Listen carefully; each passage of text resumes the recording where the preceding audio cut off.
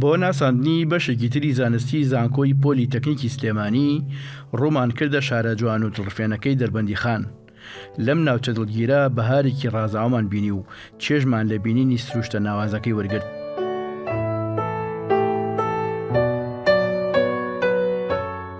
پەیمانگای تەکنیکی دەربەندی خان وەک پێویستێکی گرنگ لە ساڵی 2006 دامەزراوە و تا ئێستا بەردەوامە لە خزمەتکردن بە توێژی خوێندکاران و چەندین پۆل لە دەرچوانی پێشکەش بەدام و دەستگا حکومی و ناحکومەکانی هەرێمی کوردستان کردووە و لە ئێستادا پەیمانگاکە 6 بەشی زانستی لەخۆ گرتووە. ئەوانیش بەشی کارەبا، بەشی ژمێریاری، بەشی کارگێڕی کار، بەشی ڕووپێوی، بەشی پەرستیاری، بەشی زانستی کۆمپیوتەر و زیاتر لە 1100 خوێندکاریان هەیە.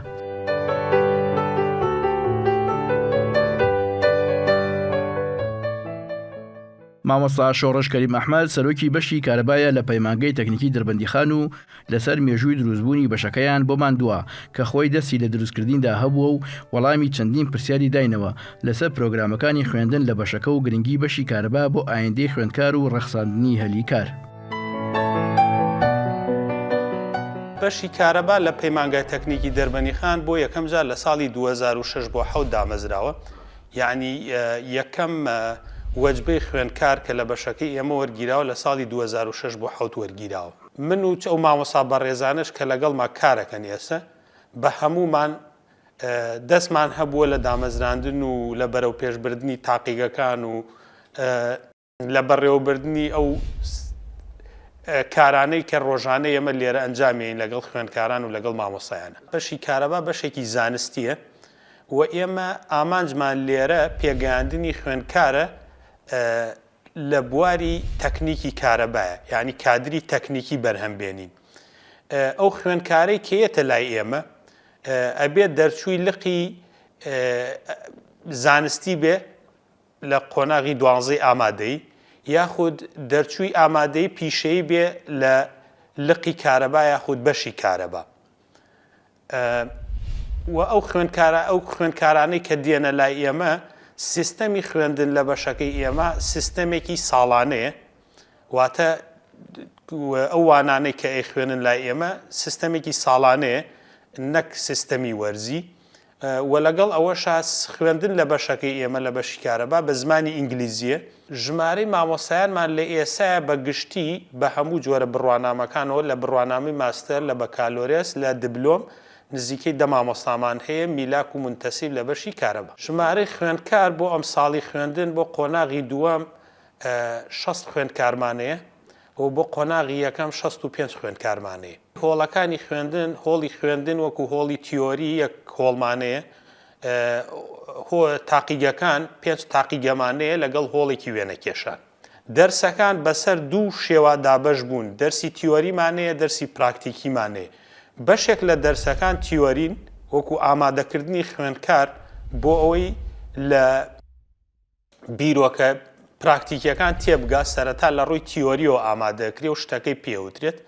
پاشانەچێتە تاقیگە و لەگەڵ مامۆستاکانە ئەو تاقیکردنەوانەی کە هەمانە بە پەیوانەکان ئەنجامێن یاخود تاقیەکرێتەوە. و خوێندکار کە لەم بەشەی ئێمە دوای تەواوکردنی 2 ساڵی خوێندن بڕوانامەی دیبلۆمی تەکنیکی هێرێتێ، ئەو شوێنانەی کە خوێندکار ئەتوانێت کاری تیا بکات یاخود هەوڵ بە دەرفەتی کاری تێبدۆزێتەوە، لە کەرتی گشتیە لە وێزگەکانی بەرهەمێنانی کارەبا ئەتوانێت کار بکات، لە بەڕێوەبەرایەتی دابەشکردنی کارەبای شارەکان، هێڵەکانی گواستنەوەی کارەبا لە شارێکەوە بۆ شارێکی کە، و بەڕێوەبەرایەتی چاکسازی ئامێرەکان لە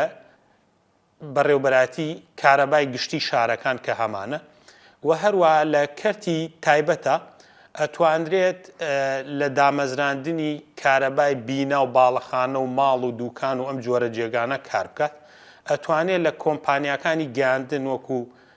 تێلیکۆمنیکیشن و ئینتەرنێت و ئەم جۆرە شتانە کار بکات. ئێمە لە مختبەری کۆمپیوتەرین لێرە بۆ بەشی کارەبا جگەر لەوانەی کۆمپیوتەر هەندێک بەرنامەی ترێ بەکارێنین وەکو ئۆتۆکات و ماتلەب و مەڵتیسم و ئەو هەندێک بەرنامەی تر. ئەم بەرنامانە تایبەتن بە بەرنامەی ئۆتۆکاتەکە تایبەتە بە هەموو بەش ئەندازیەکان. ئێمە شتێرە وەک بەشی کارەبا ئەتوانین سوود لەم بەرنامە ببینین. بۆ دروستکردنی ڕسمە کارەبایەکان لە مختبەرامە بەتایبەت لەوانەی ئۆتۆکاد بە دوو ئاڕاستە ئیشەکەین. ئاڕاستە یەکەمان ئەوەیە کە ڕسمی کارەبایی فێری خوێندکاران بکەین چۆن بۆی چووکە ئەمان بەشی کارەبان ئەوە گرنگی تایبەتی پێدەین بەشە کارەبایەکەی. لەگەڵ ئەوەشە بەشێکی ترمان هەیە کە وێنەی ئەندازەی تەکنیکیە. ئەمە شۆک و یارمەتی دەرێکە هەر لە بەرنامەی ئۆتۆکاتە بەکارهێنرێ بۆی خوێندکار بتوانێت بەرنامەکە بەکاربێنێ ئایکۆنەکانیشیان چییە. واتە دوو ئاڕاستەمانەی هەردوو ئاڕاستەکە بەکارهێنین بۆی خوێندکاران زۆرترین سوود لەو بەرنامەیە ببێنن. لە مەرحەلەیەک دەرسی سێکتیان پێڵێمەوە بنچینەیەکە بۆ سوڕی کارەبایی بەعام بۆ هەموو بەش دەرسەکانی وانەکانی تر چۆنی تێگەشتن لە سوورە کارەبایەکان شیکارکردنی لە ڕووی کارەباییەوە طبعاً ئەوەی کە خۆی شازایی بچووکێ بێ لەسەر کارەبا زانێمە بابەتەکە چییە. لە مەرحلە دووەکان دەرسی ئینستۆڵێشنیان پێڵێم حالیان لە مەرحلە دووەکان لێرەن لە مختبەرە ئینستۆڵێشن بنچینەیەکە بۆ وارینی کارەبا ئەوەی بۆنە لە سیستەمێکی وەکو بینایەکی وەکو ئێرەم پەیمانگە دەرمەنی خان بینایەکی پێنج قاتە عادەتەن و شانەی کە بەکار هاتووەتەیە لە سەرەتاوە لە محاویلەوە لە جەنەرێتەر و کارەبا دروست دەکرێت تا دێتە ناو ترانسفۆرمەر و بەرزونزمی پێوەکرێت تا دابەشەکرێت بەسەر ئەم بینا هەموو ئەوشانی کە پێویستە لەم بینای ئەمە زیاتر باسمان کردووە لە وەکو نەزاری بۆ نمونە ئێستا کۆنتاکتەر ئەوەی کە وەکو ماڵان لە ماڵانە و سویچینی بینی کارەبای مۆلیدە و ڕیسیەکە یەکێک لە تەجروبەکانمان ئەوانەیە بۆی تەلەبە کاتێ بەیانی چوە دەرەوە تەخەڕوجی کرد و لە بازاڕی ئیشی کرد لە ما هیچ نەبێ لە ماڵی خۆی هەفتوانێ ئەو شانە بەڕێ بکە. ئێمە بەباشی لێرە لەسەر بۆردەکان بۆیان شیەکەین و بوێنەوە و پاشان لەسەر بێنچەکان وارینیان بۆکەین و دانە بەدانە پێیان دووبارەکەینەوە بۆی بزان چۆن چۆنی نەکرێت نەک تەلەبەیە دوور بگرێ. ئەمە زۆر تەلەبە هەیە تەخەڕوجەکان چ لە کولێ بێت چ لە مەحەد بێ ئاسی باش نییە لە ڕاستی. هۆکەی من وایەک بۆ گەڕێمەوە کە هۆکەی تەنهاوە بێ لە کاتی ئەنجامدانی عملی و چ نەزاری چ عملیە پرسیاری باش لەوە تەلەبە ناکرێ و لە کاتی مختبەریشە زۆری لێ ناکرێت کە ئەو ئیشە بکە یان پرسیاری لێ ناکرێمە بەس لەم تەجروبە چییە بۆچی ئەکرێ هۆکارەکەی چییە.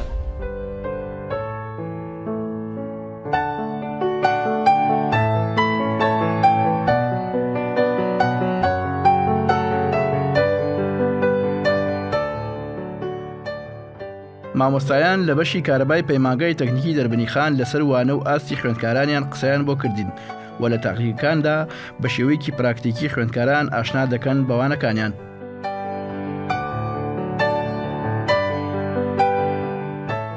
سەبارەت بە ئاستی زمانی ئینگلیزی بۆ خوێندکارەکانی ئێمە بە پێی خوێندکارەکە ئەگۆڕێت چونکە ئەو خوێندکارانەی کە بۆ ئێمە هاتوون خوێندکارمان هەیە بۆ نمونە لە کۆلێژە نمونەیەکان وەرگیراوە قۆناغی ئامادەیی لەوێ تاو کردووە لەبەرەوەی پرۆگرامی خوێندنەکەی لە قۆناغی ئامادەیە بە زمانی ئینگلیزی بووە بە بەراورد بە تەلەبەکانی کە یاخود بە خوێندکارەکانی کە زمانی ئینگلیزی باشترە بەڵام بە کۆی گشتی خوێندکارەکان لە زمانی ئینگلیزیە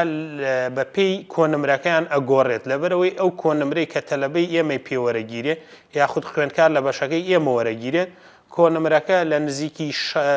بە نزیکەی لە ماوەی 65 بۆ 70 یعنی ئاستێکی مامناوەندیانێ بڵێ نە زۆر باش نە زۆر خراپ. خوێندکاران بەردەوام ئاستیان جیاوازە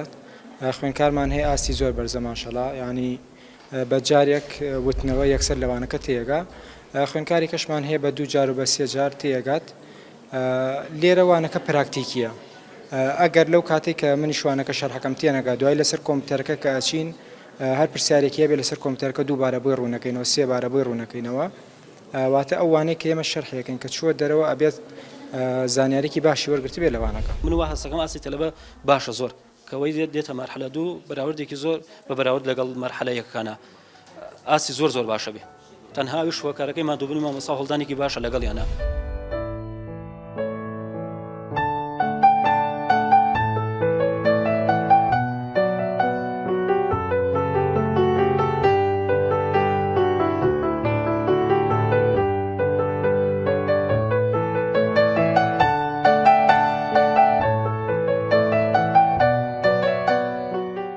خوێندکاران گرنگی بەشی کارەبایان خسە ڕوو بۆ ئێستا و داهاتویان و بە بەشێکی بەسوود وەسفیان کرد.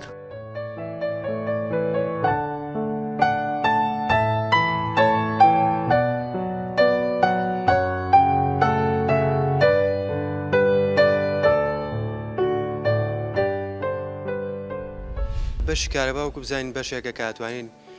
لە پاش داوامان پاش تاواکردنی مەحەدمان ئەگەر هاتوو لەلایەن حکوومەت نەتوانانی دامەزرێن خۆمە بتوانین ئیش و کارێکی ڕۆژانەی خۆمانی پێ ببڕێک. بەشی کارەبا بەشێکی گرنگە و لە ڕووی دەوڵەتی شەوانە بەشی کارەبا بەشێکی زۆر هەرە گرنگە، یعنی پێداویستێکی ژانی ڕۆژانەیە، بۆیە ئەو بەشەمان هەڵبژاردووە بتوانین لە داهاتوودا خزمەت بە نیشتیمان بکەین، خزمەت بە وڵات بکەین کە بۆ بەشێکی گرنگی هەرە ژیانە. والله سوودێکی باشی هەیە بۆ خۆمان، بەڵام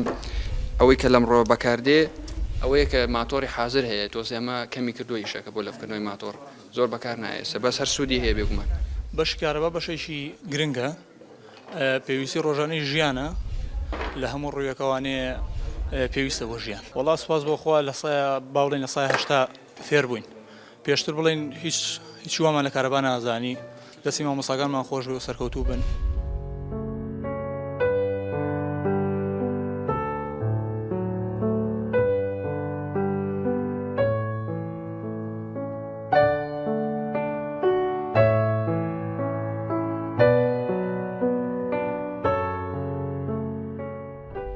بەڕادەیەکی زۆر باش لە مامۆستاکانمان ڕاستین و هەروە لەو مەهەنجەی کە بۆمان دابین کراوە، بەڵام ئەمە ئەوەش ناگەێنێ بڵێن کە سبەی ڕۆژ ئێمە کە ئێرەمە تەواو کرد بتوانین خۆمان ئیشی کارەبایی ئەگەر هاتوو دانەمەزرین بە تەواتی جێبەجێکەین. مامۆستاکانمان زۆر هاوکارمان نتوانیمانە بەشێکی زانیارێکی باشیان لێوەرگین، سوودێکمان هەبێ بۆ دوا ڕۆژ کە خزمەت بە نیشتیمان بکەین، سوودێکی باشمان لێوەرگرتوون، ئەلحەمدولیلا لە ئاستێکی باشیش داین. بێگومان کارەبا گرنگە بۆ ڕۆژانی خۆمان. کارەبا سەرچاوی ژیانە، فێربوون لە کارەبایە کەم نییە، ئێمەش کە لێرە فێرمانەکەن لێرە شتێکی باش.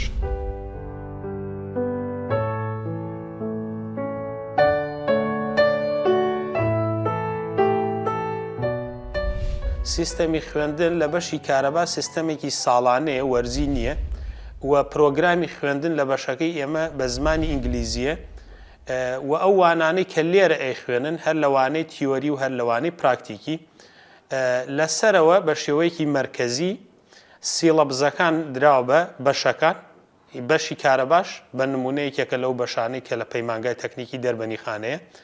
ئەو سیڵەبزەی کە لای ئێمەیە ئەدرێ بە مامۆسای وانەکە،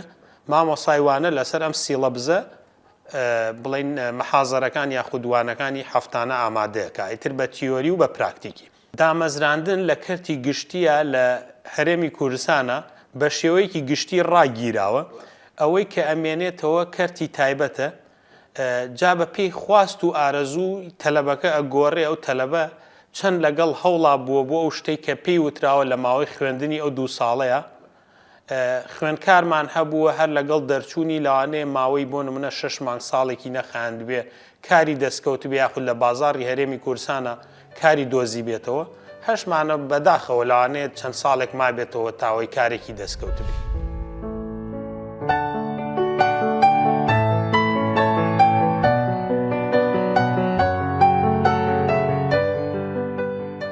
سەرۆکی بەشی کارەبای پەیمانگای تەکنیکی دەربەنیخان داواکاری خۆی ئاراستەی خوێندکاران کرد لە بەردەوامیان لە خوێندن و زیاتر کۆششکردنیان بۆ ئەوەی بەرهەمی ڕەنج و ماندووبوونی خۆیان و مامۆستایان وەربگرنەوە.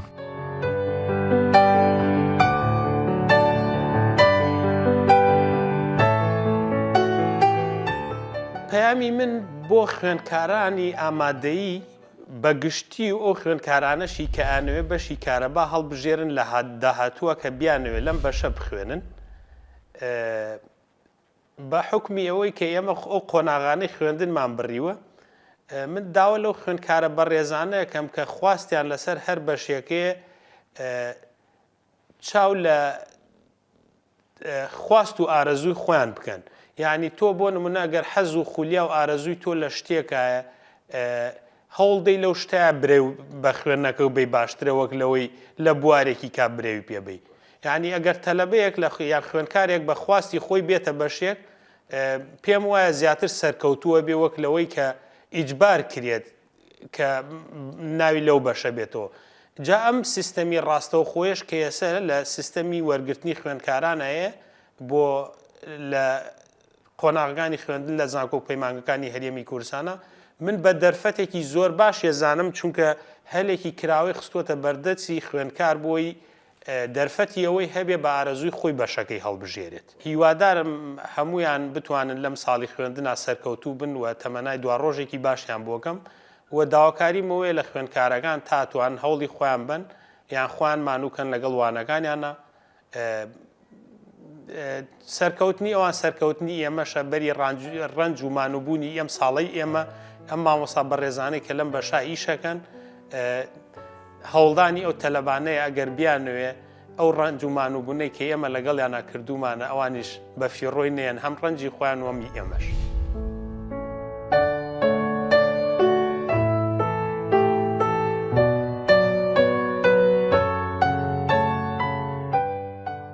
قەزای دەربەنیخان یەکێکە لە قەزا جوان و بەرهەمدارەکانی هەرێمی کوردستان بەتایبەت لە ڕووی دەوڵەمەندی بە سەرچاوەکانی ئاو زەوی بەپیر بۆ کشتتوکاڵ و بەرەمهێنی کارەبا و هەبوونی هێزی کاری بەتوانە کە دەکرێت بخرێتە پلانی دام و دەستگاتای بەرمەدەکانی حکومەتی هەرێمی کوردستانەوە کە زیاتر گرنگی بەم ناوچەیە بدەن و لەبەر فراوانی ناوچەکەش دەکرێت وەزارەتی خوێندی باڵا و توێژنەوەی زانستی و زانکۆی پۆلی تەکنیکی سلێمانی هەوڵی کردنەوەی کۆلیجی تایبەتمەند بەم ناوچەیە بدەن.